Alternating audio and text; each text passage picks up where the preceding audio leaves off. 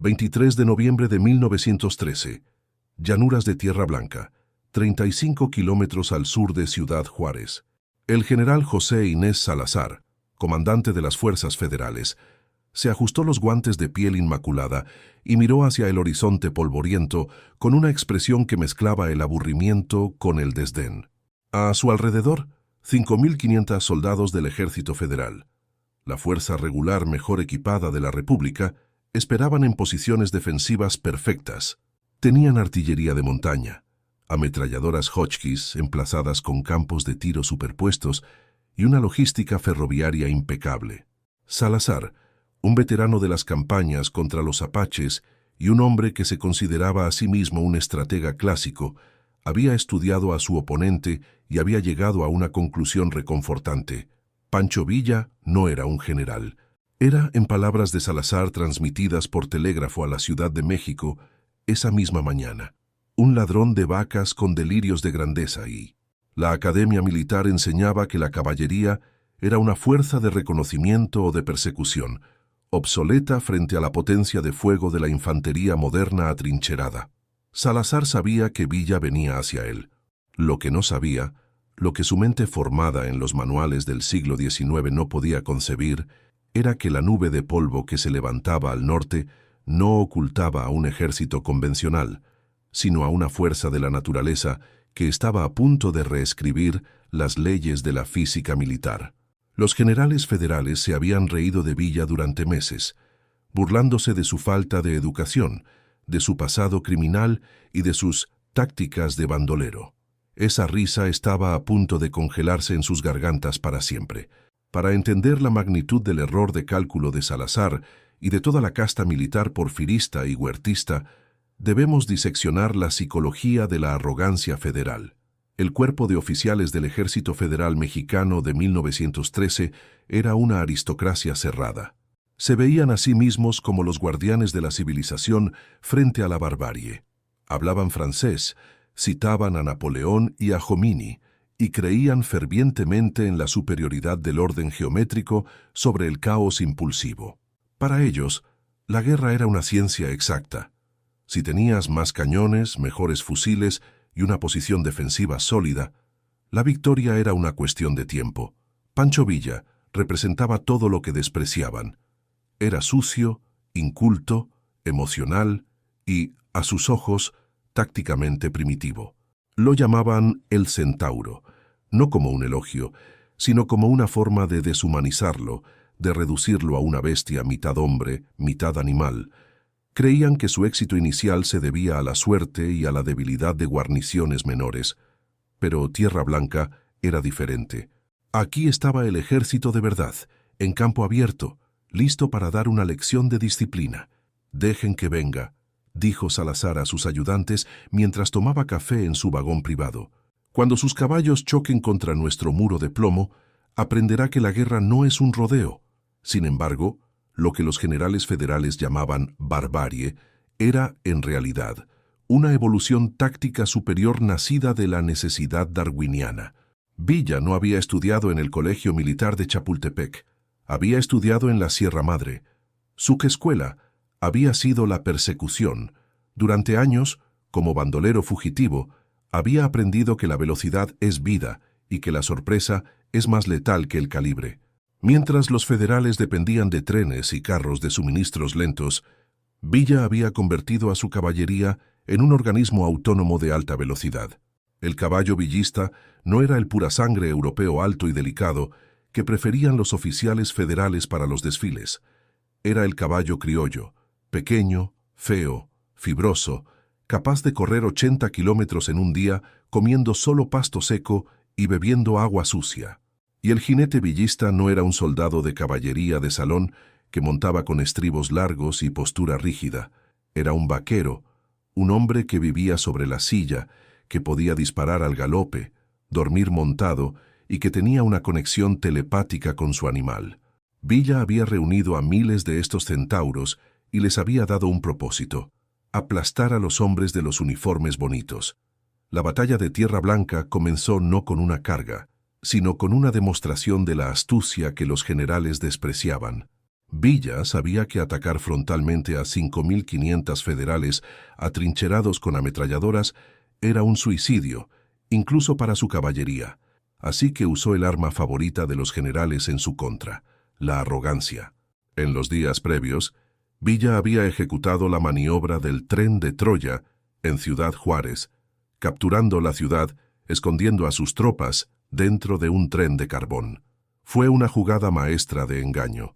Ahora, en Tierra Blanca, Villa necesitaba que Salazar saliera de sus posiciones fortificadas o que cometiera un error.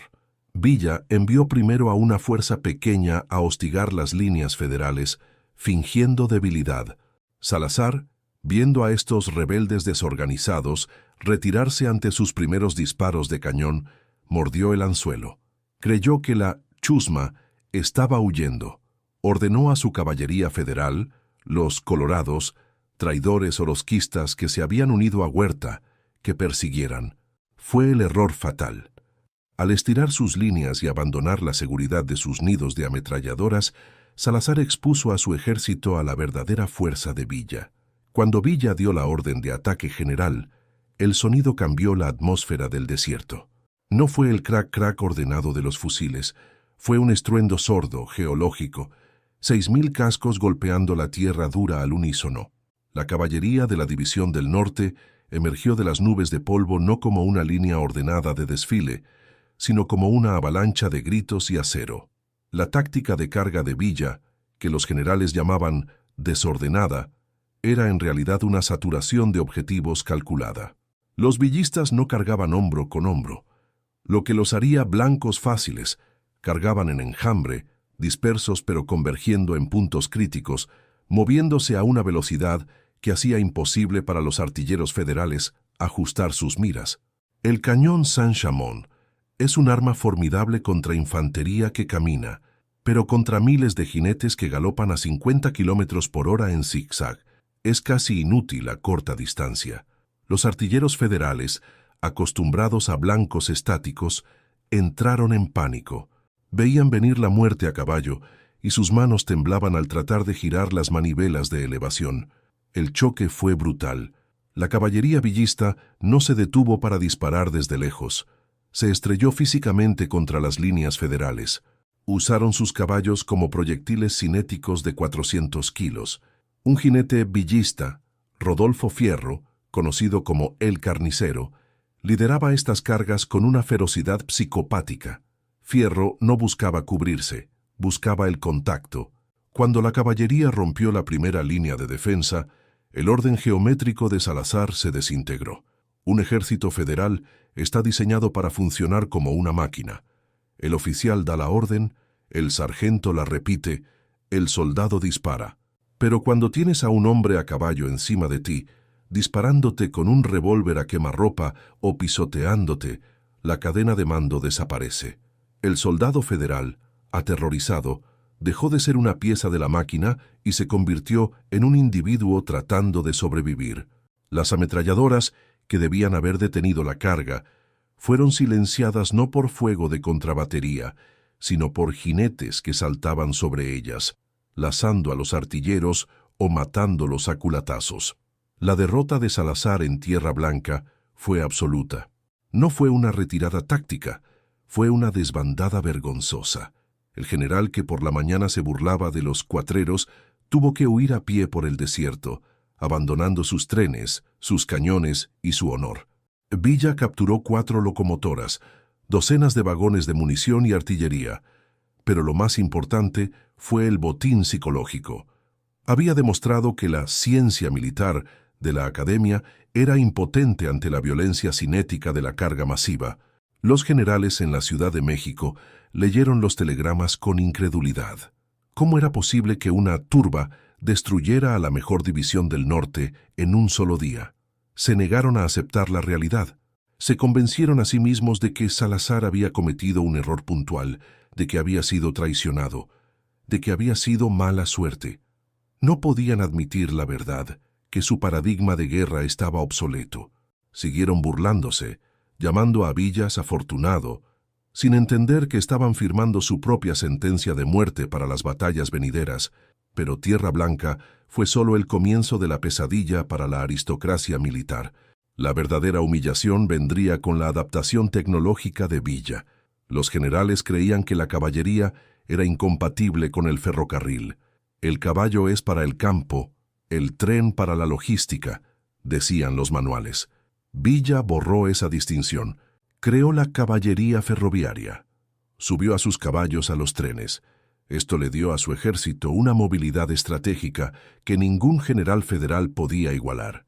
Villa podía mover 10.000 jinetes y sus monturas 500 kilómetros en 24 horas, desembarcar frescos y cargar inmediatamente. Los federales, que marchaban a pie o en caballos cansados, siempre llegaban tarde, siempre estaban flanqueados, siempre estaban reaccionando. Villa convirtió el tren en un portaaviones terrestre. Los generales se burlaban de los trenes villistas, llamándolos circos rodantes, llenos de mujeres y gallinas. No veían que ese circo era una máquina de proyección de fuerza que podía golpear en cualquier punto del mapa con una velocidad aterradora. La siguiente lección dolorosa para el ego federal ocurrió en Ojinaga, en enero de 1914. Los restos del ejército de Salazar y otros generales derrotados se habían refugiado en la frontera, esperando reorganizarse. Estaban acorralados contra el río Bravo. Creían que Villa, después de Tierra Blanca, tardaría semanas en reorganizarse. De nuevo, la arrogancia. Villa llegó en días, y en Ojinaga demostró que su caballería no solo servía para cargas en llanuras, sino para el terror nocturno.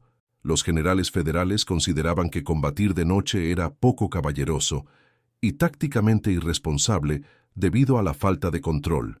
Villa ordenó el ataque al atardecer, sabiendo que la oscuridad amplificaría el miedo. Los jinetes villistas avanzaron gritando, disparando al aire, creando la ilusión de ser millones. Los federales, con la espalda contra el río y la oscuridad frente a ellos, llena de demonios aullantes, colapsaron. Miles cruzaron el río hacia Estados Unidos para rendirse a los guardias fronterizos norteamericanos, antes que enfrentarse a la caballería de Villa. Fue una imagen humillante. El orgulloso ejército federal mexicano, mojado, desarmado y pidiendo asilo a los gringos para escapar de los bandidos. Y, sin embargo, en la Ciudad de México, Victoriano Huerta y su Estado Mayor seguían brindando con coñac, despidiendo a los generales derrotados como incompetentes y prometiendo que el próximo general, el verdadero militar, aplastaría a Villa. La ceguera de los generales tenía un componente de clase profundo. No podían leer el terreno como Villa porque nunca lo habían trabajado. Villa conocía cada barranca, cada pozo de agua, cada atajo. Para un general federal, un mapa era un trozo de papel con líneas de contorno. Para Villa, el terreno era un aliado vivo. En la campaña de Chihuahua, hubo momentos en que los federales reportaban que Villa había desaparecido. No podían encontrar a un ejército de 10.000 hombres.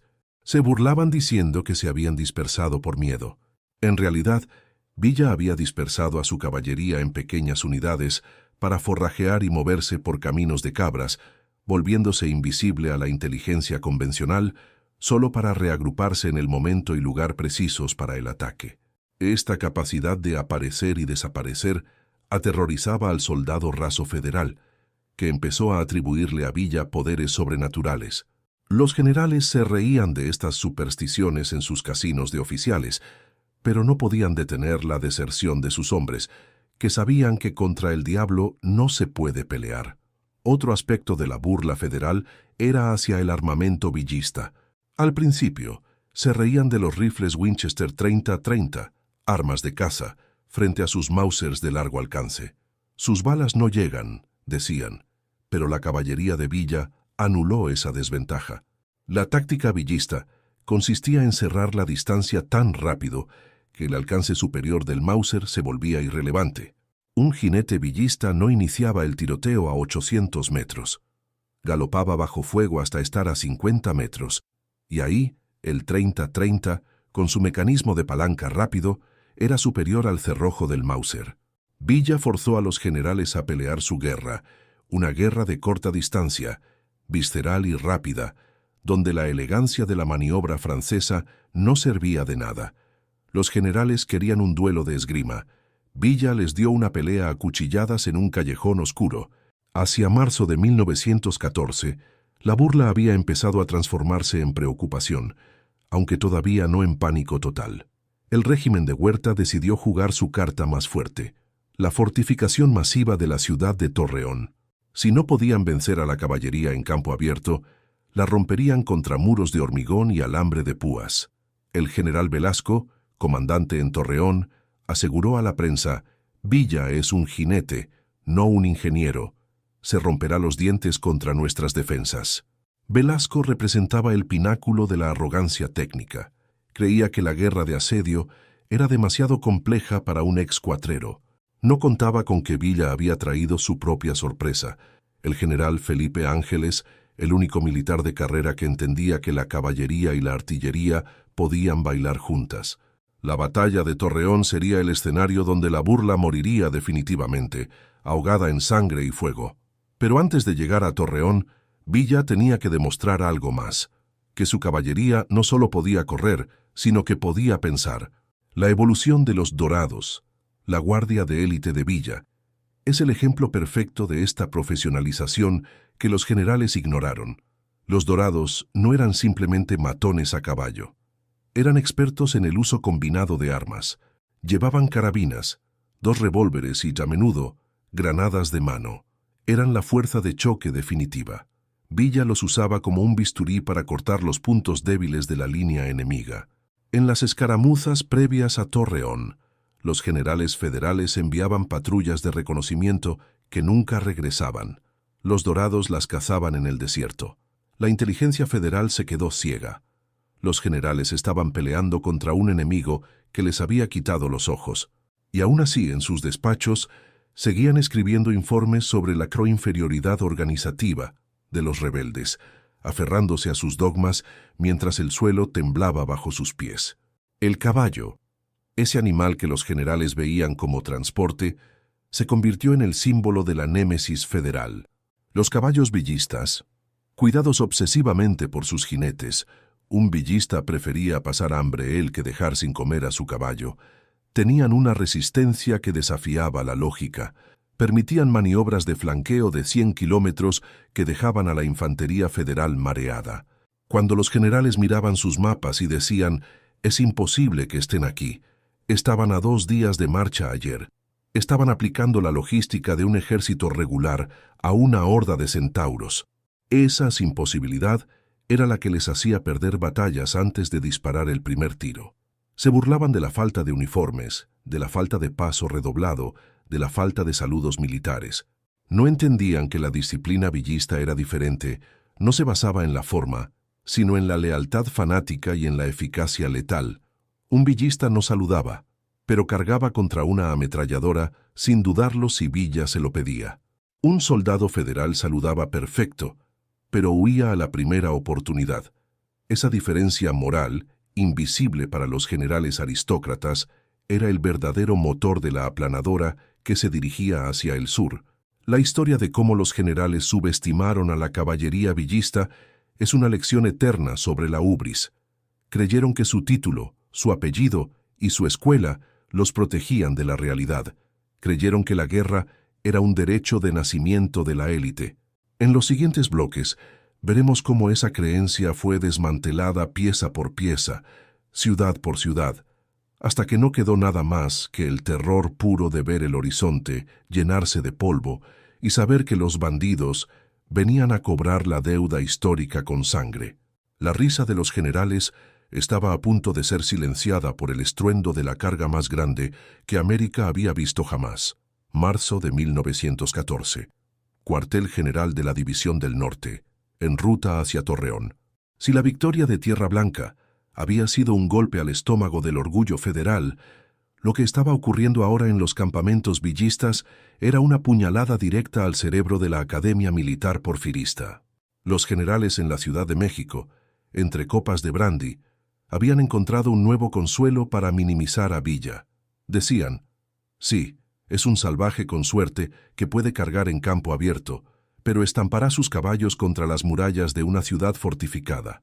Villa no sabe de asedios, no sabe de balística, no sabe de ciencia, y bajo la lógica tradicional tenían razón.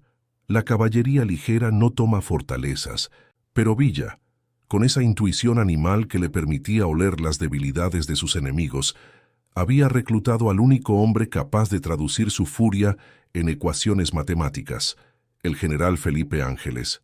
La llegada de Ángeles al campamento villista fue el momento en que la Orden se convirtió en un ejército moderno. Los oficiales federales que conocían a Ángeles, exdirector del colegio militar, educado en Francia, un intelectual de la guerra, no podían creer la noticia. ¿Cómo era posible que el artillero más brillante de México se subordinara a un bandolero analfabeto? Lo vieron como una aberración, una locura. No entendieron que Ángeles había visto en Villa la fuerza vital que le faltaba a la rigidez federal. La marcha hacia Torreón fue el despliegue de una maquinaria logística que los generales federales consideraban imposible para una fuerza irregular. La División del Norte no marchaba, rodaba, trenes interminables, hospitales móviles con quirófanos esterilizados, vagones taller para reparar cañones y herraduras. Villa movía a 16.000 hombres con una eficiencia que superaba a la del propio gobierno. Pero la punta de lanza seguía siendo la caballería. Y aquí es donde la burla de los generales se topó con la realidad. El general José Refugio Velasco, comandante supremo de las fuerzas federales en Torreón, había convertido la ciudad y sus alrededores, Gómez Palacio y Lerdo, en un erizo defensivo de trincheras, alambre de púas y nidos de ametralladoras. Velasco, un militar competente de la vieja escuela, miraba sus mapas y sonreía. Había estudiado las guerras Bóer y la guerra ruso-japonesa. Sabía que la caballería, por valiente que fuera, moría ante la ametralladora defensiva. «Que vengan los charros», dijo a su Estado Mayor. «Aquí se acabará la leyenda del centauro». El primer contacto ocurrió en las afueras, en Gómez Palacio, y fue brutal. Velasco había fortificado el Cerro de la Pila, una posición dominante que controlaba el valle. Esperaba que Villa hiciera lo que haría un ignorante, lanzar una carga masiva y suicida cuesta arriba. Pero Villa y Ángeles tenían otro plan. Por primera vez en la historia de la Revolución, la caballería y la artillería trabajaron en una simbiosis perfecta. Ángeles desplegó sus cañones no en la retaguardia, sino en primera línea, arriesgando las piezas para disparar a quemarropa contra los nidos de ametralladoras federales. Mientras tanto, la caballería de Villa no cargó a lo loco. Desmontaron. Los Dorados, esos jinetes míticos, se convirtieron en la mejor infantería ligera del mundo. Usando la movilidad de sus caballos para flanquear las posiciones, desmontaban, atacaban con granadas y rifles a corta distancia y volvían a montar para perseguir a los supervivientes o reposicionarse. Los federales en el Cerro de la Pila no sabían a qué disparar. Cuando apuntaban a los cañones de Ángeles, la caballería villista les caía por la espalda. Cuando giraban las ametralladoras hacia los jinetes, los cañones de 75 metros los volaban en pedazos. La batalla por Gómez Palacio fue una carnicería que duró días y noches, y el factor nocturno fue decisivo. Los generales federales, hombres de rutina y reglamento, odiaban combatir de noche. Creían que el control de mando se perdía en la oscuridad. Villa amaba la noche. Sabía que el miedo es más potente cuando no puedes ver lo que te mata. Ordenó asaltos nocturnos continuos. Sus hombres avanzaban gritando, aullando como lobos, lanzando cartuchos de dinamita. Los soldados federales, encerrados en sus trincheras, sin dormir, con los nervios destrozados por el estruendo constante y la leyenda del carnicero, Rodolfo Fierro rondando en la oscuridad, empezaron a quebrarse. Velasco, desde su puesto de mando, recibía reportes incoherentes. Sus oficiales de academia le decían que estaban siendo atacados por demonios invisibles. La disciplina prusiana, que funcionaba tan bien en los desfiles de la Ciudad de México, se evaporaba cuando un soldado villista saltaba dentro de tu trinchera a las 3 de la mañana con un cuchillo en los dientes. La caída de Gómez Palacio obligó a Velasco a replegarse hacia el núcleo urbano de Torreón. A pesar de la derrota en la periferia, Velasco seguía confiado. La ciudad será su tumba, telegrafió a Huerta. La caballería no sirve en las calles. Era el dogma clásico.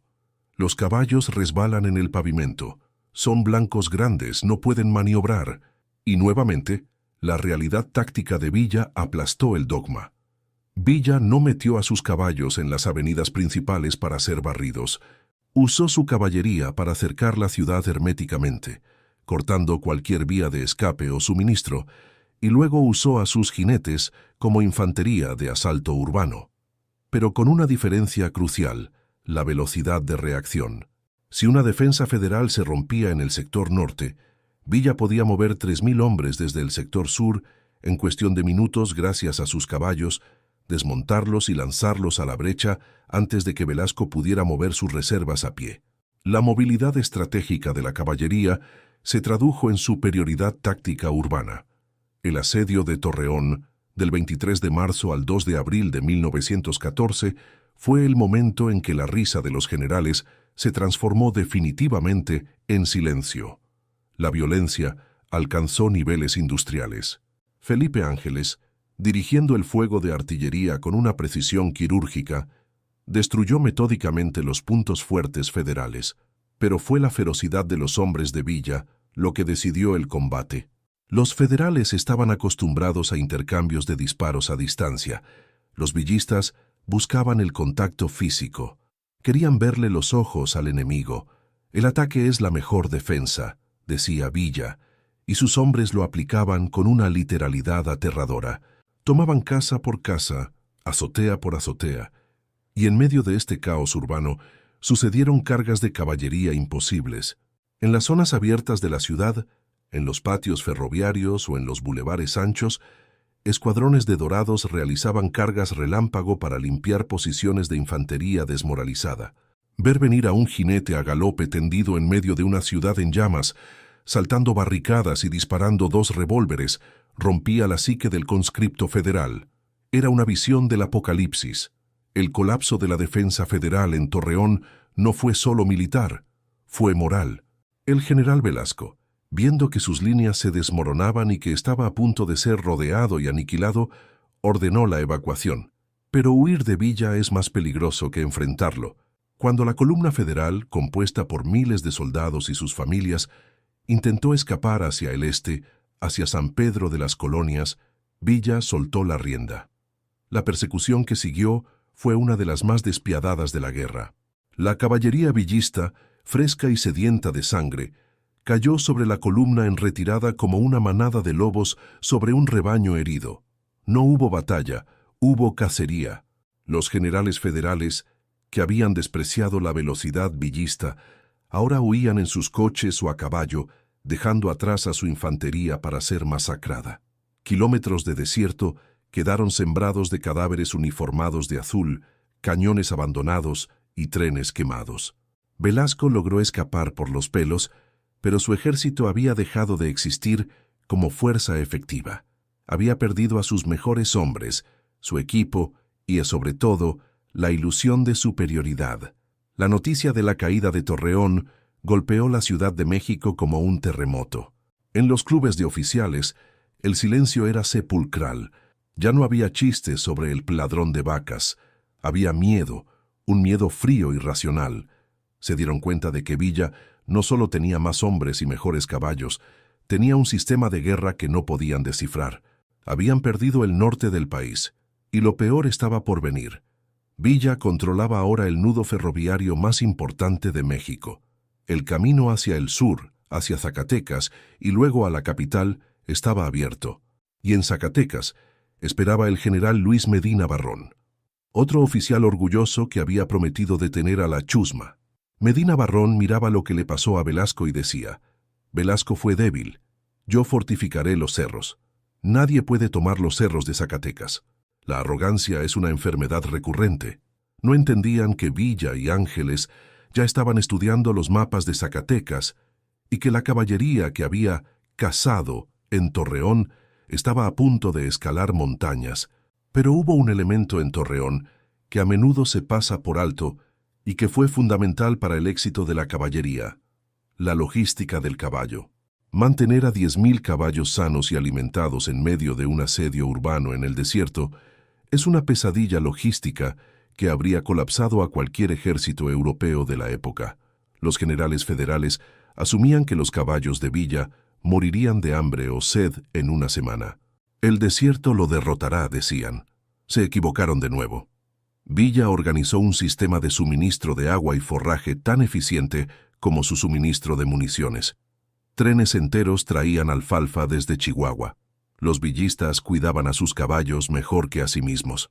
Un dorado podía dormir en el suelo y comer carne podrida, pero su caballo recibía grano limpio y agua fresca. Esta relación simbiótica entre hombre y bestia era algo que el oficial federal, que veía al caballo como una máquina reemplazable, nunca comprendió. Un caballo federal maltratado y mal alimentado se cansa a los 20 kilómetros. Un caballo villista amado y nutrido podía galopar 80. Esa diferencia de 60 kilómetros era la diferencia entre la vida y la muerte, entre escapar o ser atrapado, entre flanquear o ser flanqueado. La victoria en Torreón también solidificó la leyenda de los Dorados. Estos hombres, la guardia personal de Villa, se convirtieron en el coco de los federales. Llevaban uniformes caqui distintivos, sombreros con la insignia de la División del Norte y estaban armados hasta los dientes. No eran simples guardaespaldas, eran una fuerza de élite, los Navy SEALs a caballo de 1914. Su lealtad a Villa era absoluta y suicida. En Torreón hubo reportes de dorados que, al quedarse sin munición, cargaban contra las trincheras usando solo sus lazos para arrancar a las ametralladoras de sus trípodes, o que usaban sus caballos como escudos vivos para proteger a la infantería que venía detrás. Este fanatismo marcial era incomprensible para los conscriptos de leva del ejército de Huerta, que peleaban porque si no lo hacían, sus oficiales les disparaban. Cuando un ejército de esclavos se enfrenta a un ejército de fanáticos bien liderados, el resultado es inevitable. La toma de Torreón también reveló la crueldad pragmática de Villa. Tras la batalla, ordenó la expulsión de todos los españoles de la ciudad, acusándolos de apoyar a Huerta. Fue un mensaje político brutal. La vieja élite colonial y económica ya no estaba segura. Los generales federales, muchos de los cuales tenían lazos con la comunidad española y terrateniente, sintieron este golpe como algo personal. Villa no solo estaba derrotando a su ejército, estaba desmantelando su estructura social. La guerra había dejado de ser un conflicto militar para convertirse en una revolución total. La risa de los generales se había apagado, reemplazada por la visión aterradora de un mundo donde sus apellidos y sus rangos no valían nada frente a un 30-30 y un caballo criollo. Ahora, todas las miradas se volvían hacia Zacatecas. Era la última barrera. Si Zacatecas caía, la Ciudad de México quedaría indefensa. El régimen de Huerta concentró todo lo que le quedaba en esa ciudad minera, 12.000 hombres, la mejor artillería restante, y una posición geográfica que se consideraba inexpugnable. Los generales federales se decían a sí mismos: Torreón fue en el llano, Zacatecas es montaña. Los caballos no suben montañas verticales bajo fuego de ametralladora. Era su último consuelo, su última apuesta. Estaban a punto de descubrir que la caballería villista, bajo la dirección de Felipe Ángeles, había aprendido a desafiar la gravedad. La batalla que se avecinaba no sería un asedio, sería una ejecución sumaria del antiguo régimen, llevada a cabo en los picos más altos de la sierra, donde la sangre correría hacia abajo como un río de advertencia para cualquiera que volviera a burlarse de Pancho Villa. Antes de escalar los cerros de la muerte en Zacatecas y ser testigos de la destrucción final del antiguo régimen, si quieres entender la historia militar de nuestra región sin mitos y con toda su crudeza táctica, suscríbete ahora mismo al canal Archivo de Guerras Latinas. Tu apoyo es la munición que mantiene este proyecto en marcha. Junio de 1914. Zacatecas. La ciudad era una trampa geográfica mortal, una joya de piedra hundida entre montañas abruptas que dominaban el horizonte. El general Luis Medina Barrón, comandante de las fuerzas federales y uno de los favoritos del dictador Huerta, miraba desde la cima del Cerro de la Bufa hacia el vasto desierto del norte. Se sentía seguro. Más que seguro, se sentía intocable. Tenía bajo su mando a 12.000 soldados de línea, la mayor concentración de fuerza federal restante. Sus posiciones defensivas eran una obra maestra de la ingeniería militar convencional. Trincheras profundas excavadas en la roca viva, alambradas dobles, reflectores para combate nocturno y baterías de artillería pesada, Krupp y Mondragón, emplazadas para barrer cualquier aproximación por el valle. Medina Barrón, como Salazar y Velasco antes que él, sufría de la ceguera académica. En su mente, Zacatecas era inexpugnable porque los manuales decían que la caballería no puede asaltar pendientes de 45 grados bajo fuego de ametralladora. «Si Villa viene aquí», le dijo a un periodista de la Ciudad de México días antes, «dejaré sus huesos blanqueándose al sol como advertencia a los bandidos». La burla seguía viva. Creían que Villa se rompería los dientes contra la piedra. Pero Villa no venía solo, y no venía a jugar según las reglas de Medina Barrón. La División del Norte llegó con una urgencia desesperada. Venustiano Carranza, el primer jefe político de la revolución, celoso del éxito de Villa, le había cortado el suministro de carbón para sus trenes en un intento de detener su avance. Villa estaba furioso y acorralado logísticamente. Tenía que tomar Zacatecas rápido, o su ejército moriría de inmovilidad en el desierto. Esta presión convirtió a la batalla no en una maniobra táctica, sino en una lucha existencial. Y para resolver el problema de los cerros inexpugnables, Villa recurrió nuevamente a la mente fría de Felipe Ángeles. Mientras los federales esperaban un asalto masivo y estúpido por el camino principal, Ángeles y Villa pasaron 2 días reconociendo el terreno, buscando los ángulos muertos, las grietas en la armadura de piedra. Lo que Medina Barrón no calculó fue la capacidad de la caballería villista para transformarse. Los Dorados y las brigadas de Natera y Urbina no iban a cargar a caballo cuesta arriba como en una pintura romántica. Iban a usar sus caballos para posicionarse a velocidades vertiginosas en las faldas de los cerros, desmontar y convertirse en la infantería de asalto más letal del mundo. Ángeles, por su parte, hizo lo imposible con la artillería. Desmontó sus cañones pesados de 150 mm y 75 mm y, usando fuerza bruta humana y mulas, los subió a posiciones inaccesibles frente a los cerros federales. Los federales miraban las crestas vacías frente a ellos y pensaban, nadie puede poner un cañón ahí. Ángeles lo hizo. Cuando el sol salió el 23 de junio, la trampa de Medina Barrón se había invertido. Él creía estar en una fortaleza. En realidad, estaba en una diana de tiro al blanco. A las 10:00 de la mañana, un disparo de cañón señaló el inicio del fin. La respuesta de la artillería villista fue tan precisa y devastadora que los supervivientes federales la describieron como un martillo de Dios. Los cañones de Ángeles, disparando desde distancias mínimas y con tiro directo, volaron los nidos de ametralladoras federales en el Cerro del Grillo y la Bufa. Los artilleros federales, que esperaban un duelo de artillería clásico a larga distancia, se encontraron recibiendo metralla en la cara antes de poder ajustar sus miras. Y entonces comenzó el ascenso. La caballería desmontada de Villa subió por las laderas como una marea de hormigas armadas. No caminaban, corrían, saltaban, se cubrían y disparaban. La movilidad que habían aprendido a caballo la aplicaban ahora a sus propios cuerpos. Los federales disparaban hacia abajo, pero los villistas eran blancos esquivos, rápidos, que usaban el terreno a su favor. La batalla por el Cerro del Grillo y la Bufa desafió toda lógica militar de la época.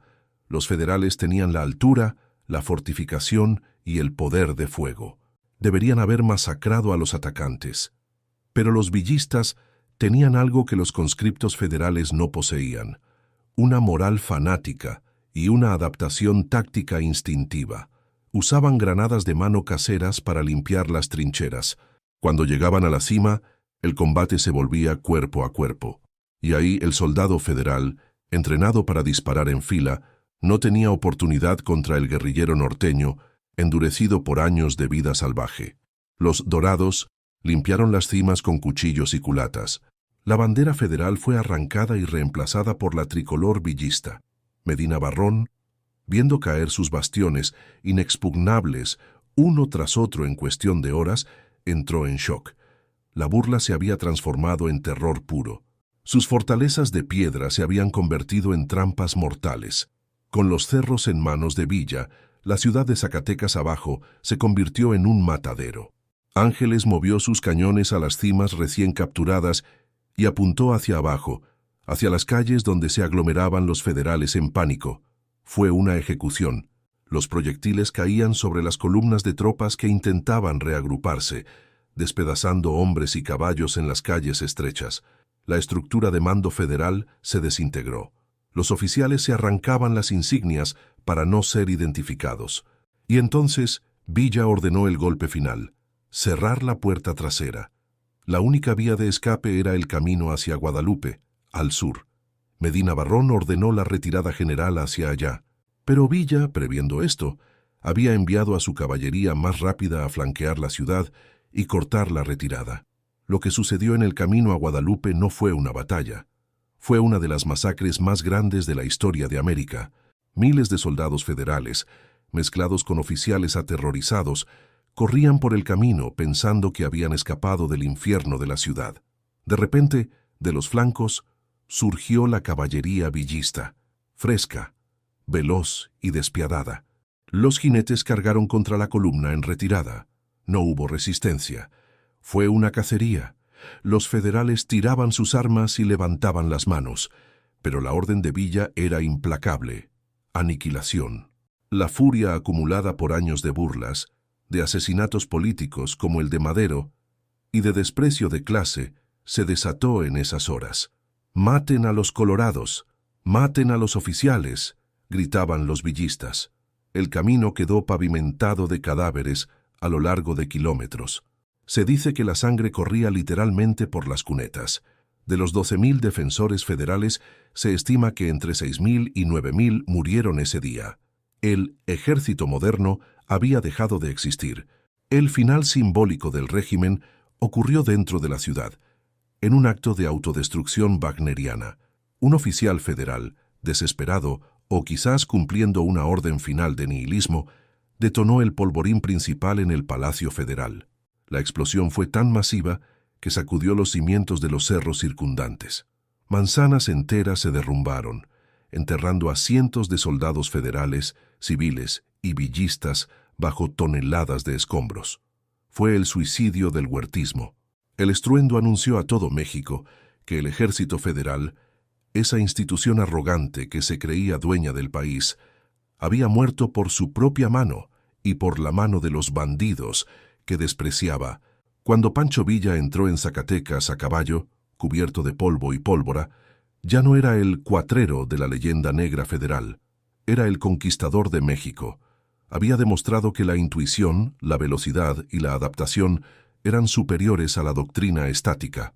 Los generales que se habían burlado de él estaban muertos en las zanjas, exiliados o huyendo disfrazados de civiles. La academia militar había sido reprobada por la realidad.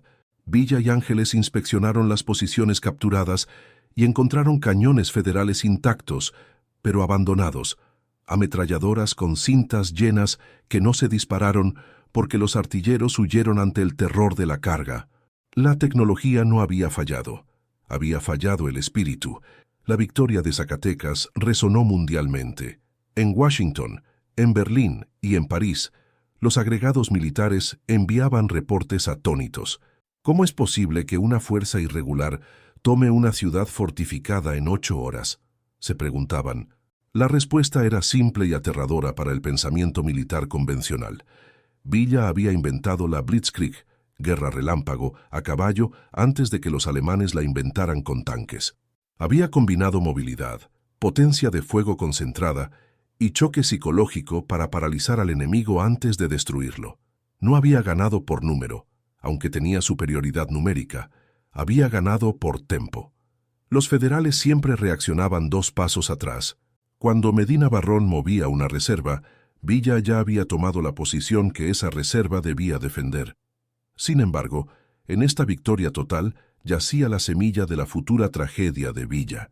Al destruir al ejército federal, Villa eliminó al único enemigo que unificaba a las facciones revolucionarias. Ahora, el escenario estaba vacío de los aristócratas y solo quedaban los revolucionarios: Villa, Zapata, Carranza y Obregón. Y aquí es donde la historia da un giro cruel. Villa creyó que Zacatecas probaba que su método, la carga masiva, el ímpetu, la ofensiva total, era invencible. Miró hacia el futuro y vio más victorias fáciles. No se dio cuenta de que Álvaro Obregón, en el otro bando constitucionalista, no se estaba burlando de él. Obregón estaba estudiando. Obregón no miraba a Villa con desprecio aristocrático, sino con respeto frío y analítico. Obregón sabía que la caballería había ganado en Zacatecas, porque los federales eran estáticos y pasivos. Pero él no cometería ese error. La tragedia de la arrogancia es circular. Los generales federales cayeron por subestimar a Villa, y Villa estaba a punto de caer por sobreestimar su propia leyenda. Creyó que la caballería era el arma definitiva. No vio que en los campos de batalla de Europa, que estallaban en guerra ese mismo verano de 1914, la ametralladora y el alambre de púas estaban poniendo fin a la era del caballo para siempre. Villa había perfeccionado el arte de la guerra del siglo XIX hasta su máxima expresión, justo en el momento en que el siglo XX imponía nuevas reglas industriales. Zacatecas fue la cúspide. Fue el momento en que los centauros tocaron el cielo. Nunca volverían a ser tan poderosos. El botín de guerra fue inmenso. Trenes, miles de fusiles, millones de cartuchos. La División del Norte era ahora la fuerza militar más poderosa del continente americano, probablemente superior en experiencia de combate al propio ejército de los Estados Unidos en ese momento, que era pequeño y sin experiencia reciente. Pero la fuerza bruta sin dirección política es peligrosa. Carranza, temiendo a Villa más que a Huerta, maniobró para evitar que Villa entrara primero a la Ciudad de México. La política empezó a envenenar la victoria militar. El impacto psicológico en la tropa villista también fue profundo. Se sintieron invencibles. Le ganamos a los pelones en los cerros, le ganamos a cualquiera, decían alrededor de las fogatas. Esa confianza excesiva es peligrosa. Dejaron de innovar, dejaron de buscar la sorpresa. Empezaron a confiar solo en el choque. Viva Villa se convirtió en una estrategia por sí sola, y mientras ellos celebraban, Obregón estaba comprando alambre de púas, kilómetros de alambre, y estaba entrenando a sus yaquis no para cargar, sino para cavar. La diferencia entre el general que se burla, el federal, y el general que estudia, Obregón, definiría la siguiente fase de la guerra. El colapso del ejército federal en Zacatecas dejó un vacío de poder que la violencia llenó rápidamente. Los supervivientes federales, esos oficiales técnicos que no fueron ejecutados, buscaron empleo, y muchos fueron a Obregón. Llevaron consigo el conocimiento técnico de las ametralladoras, pero ahora bajo un mando que sabía usarlas. La ironía final es que la destrucción del viejo ejército liberó los ingredientes técnicos que Obregón usaría para construir la trampa de Celaya. Villa había roto la piñata, pero Obregón recogió los dulces envenenados. En el último bloque de esta historia, viajaremos a los campos del Bajío en 1915. Veremos cómo la caballería que aplastó a los generales arrogantes se enfrentó a su propia obsolescencia. Veremos cómo la risa burlona de los federales fue reemplazada por el silencio metálico de las ametralladoras de Obregón. Y entenderemos por qué la carga de caballería más gloriosa de la historia de México fue también su sentencia de muerte. La historia no perdona a quien deja de aprender, y Pancho Villa estaba a punto de recibir la lección más dolorosa de su vida. Abril de 1915. Las llanuras del Bajío, Guanajuato. El aire olía a alfalfa y a humedad, un contraste radical con el polvo seco del norte, donde la División del Norte se había forjado. Pancho Villa miraba a través de sus binoculares hacia las posiciones enemigas alrededor de Celaya y sentía una confianza que bordeaba la embriaguez. Había destruido a los generales de academia en Torreón. Había tomado la fortaleza imposible de Zacatecas. Había hecho huir a dictadores. En su mente, Álvaro Obregón, el general manco que comandaba al ejército constitucionalista, era solo otro obstáculo, otro perfumado, que intentaba detener la marea de la historia con diques de papel. Villa cometió el error clásico del conquistador. Creyó que su método era infalible. Creyó que la carga villista, esa avalancha de 12.000 jinetes que había roto la voluntad de los federales por puro terror psicológico, rompería cualquier defensa. Pero Villa no se dio cuenta de que Obregón no se estaba burlando de él. Obregón no lo subestimaba. Al contrario, Obregón lo respetaba tanto que había diseñado una máquina específica para matarlo. Mientras los generales federales leían a Napoleón, Obregón leía los informes de las trincheras de la Primera Guerra Mundial en Europa. Sabía que la era del caballo había terminado y que la era de la ametralladora defensiva había comenzado. El general Felipe Ángeles, la voz de la razón técnica en el oído de Villa, le advirtió. «General», le dijo Ángeles con su frialdad habitual, «Obregón nos está invitando a atacar. Ha elegido el terreno. Celaya está llena de canales de riego, de zanjas, de muros. Es un terreno que anula a la caballería. Debemos flanquearlo, irnos al sur, obligarlo a salir». Fue el consejo que habría salvado a la División del Norte, pero Villa, cegado por la ubris de Zacatecas y provocado por los insultos que Obregón le enviaba por telégrafo, se negó. «Mis muchachos rompen lo que sea», respondió. Villa quería aplastar a Obregón de frente, quería humillarlo con el peso de sus caballos, como había hecho con Medina Barrón. No entendió que Medina Barrón era un general estático del siglo XIX, mientras que Obregón era un ingeniero de la muerte del siglo XX. El despliegue defensivo de Obregón en Celaya fue una obra maestra de la improvisación letal. No construyó grandes fortalezas visibles. Hizo que sus hombres, los batallones de infantería yaqui y los obreros rojos de la Casa del Obrero Mundial, cavaran loberos, pozos individuales de tirador, casi invisibles a ras de suelo, y frente a ellos desenrolló el arma secreta que detendría a los centauros, kilómetros de alambre de púas. No era una muralla de piedra que se pudiera saltar o escalar, era una maraña casi invisible entre la hierba alta.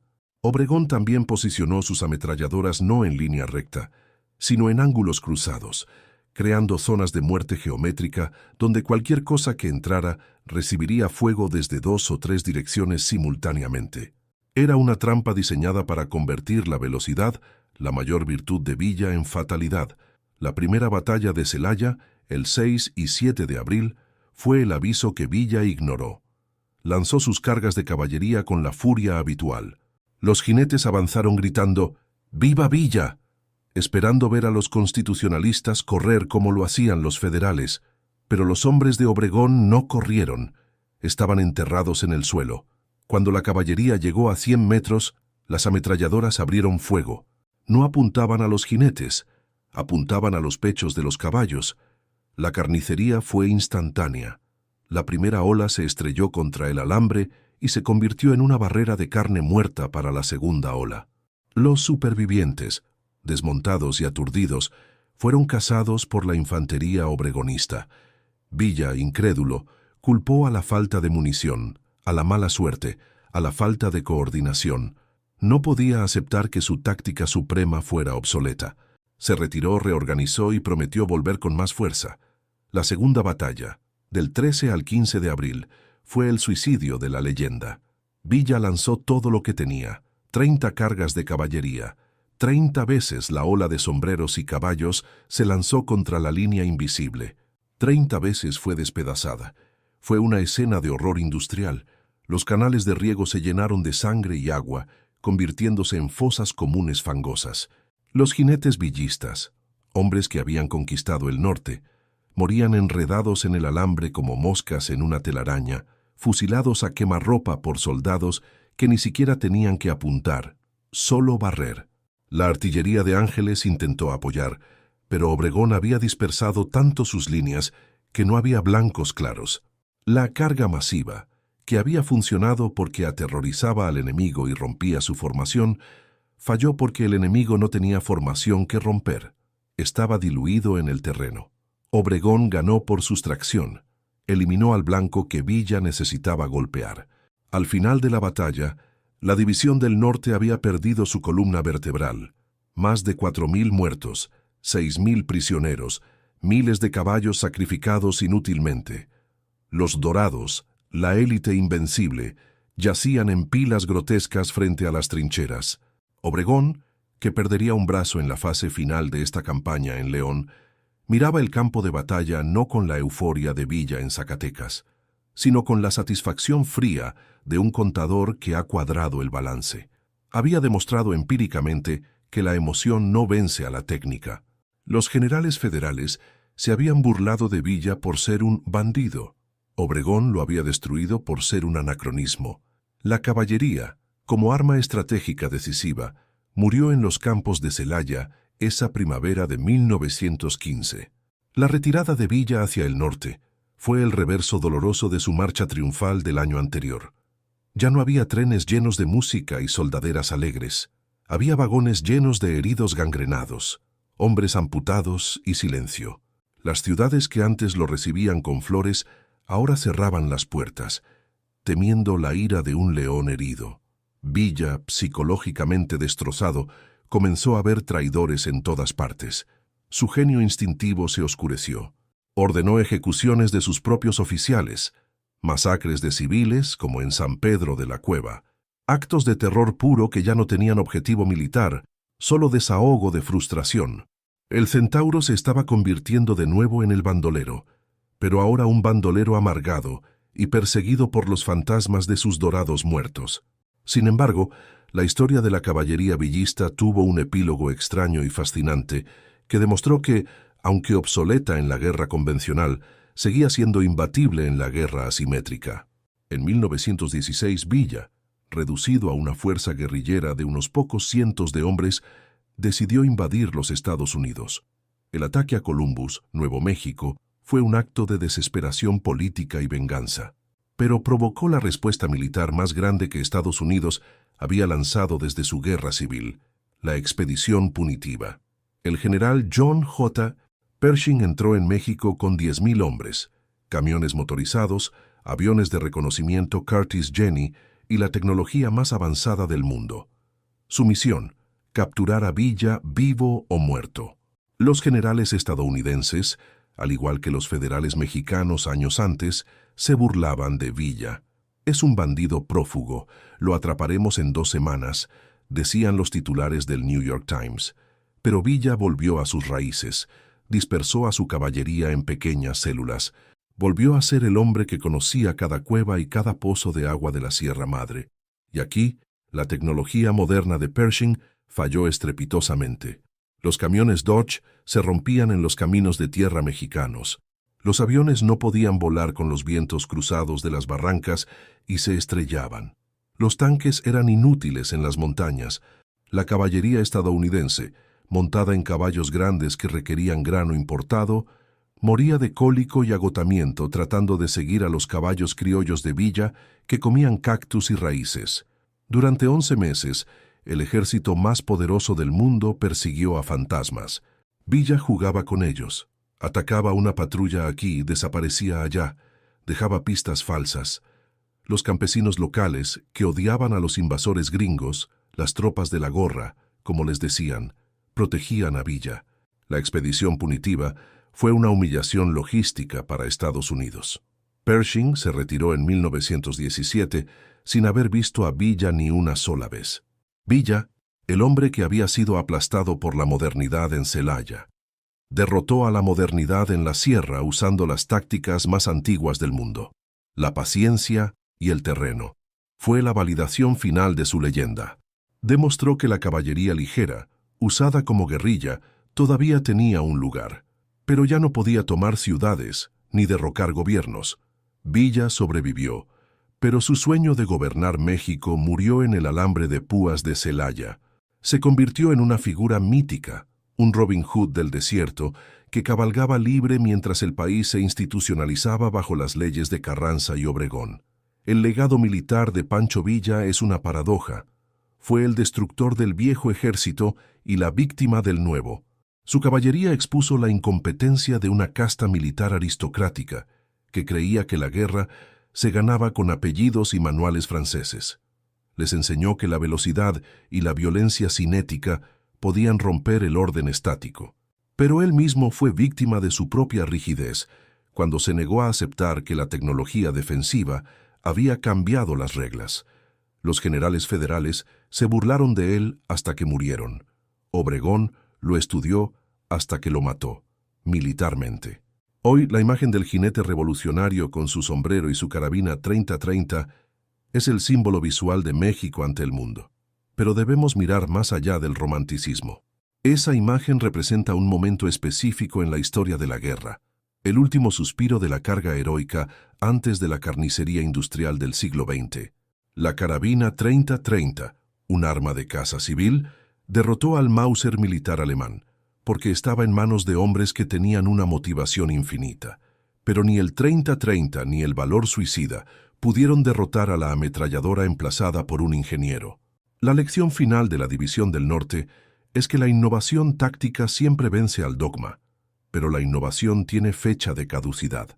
Villa innovó usando trenes y cargas masivas en 1913, y eso destruyó a los federales. Pero en 1915, esa innovación ya era dogma, y Obregón trajo una nueva innovación, trincheras y ametralladoras, que lo destruyó a él. La guerra es una evolución constante, un organismo que devora a quienes se quedan quietos, ya sea física o mentalmente. Los generales federales murieron con una expresión de sorpresa en sus rostros, incapaces de creer que unos sucios rancheros los estuvieran derrotando. Villa murió años después, asesinado en una emboscada en 1923, sabiendo que había tocado el sol con las manos y que se había quemado. Pero en el breve periodo entre 1913 y 1914, su caballería logró algo que parecía imposible. Hizo que los poderosos, los dueños de las haciendas, los banqueros y los generales de academia sintieran el terror verdadero. Hizo que la tierra temblara bajo los cascos de los desposeídos. Y ese temblor, aunque la caballería haya desaparecido, todavía se siente en la memoria profunda de México. Así termina la historia de cómo la risa se convirtió en pánico y cómo el pánico se convirtió en leyenda. Los generales ya no se ríen. Nadie se ríe de Pancho Villa, porque la historia ha dejado claro que, aunque perdió al final, fue él quien definió el campo de batalla, y fueron sus caballos los que arrastraron el cadáver del siglo XIX hacia el basurero de la historia, abriendo paso, a sangre y fuego, al México moderno. Gracias por acompañarnos en este análisis de táctica y tragedia en Archivo de Guerras Latinas. Si esta historia te ha mostrado que la guerra es más que disparos, que es psicología y evolución, suscríbete y comparte. La historia está llena de lecciones que aún no hemos terminado de aprender.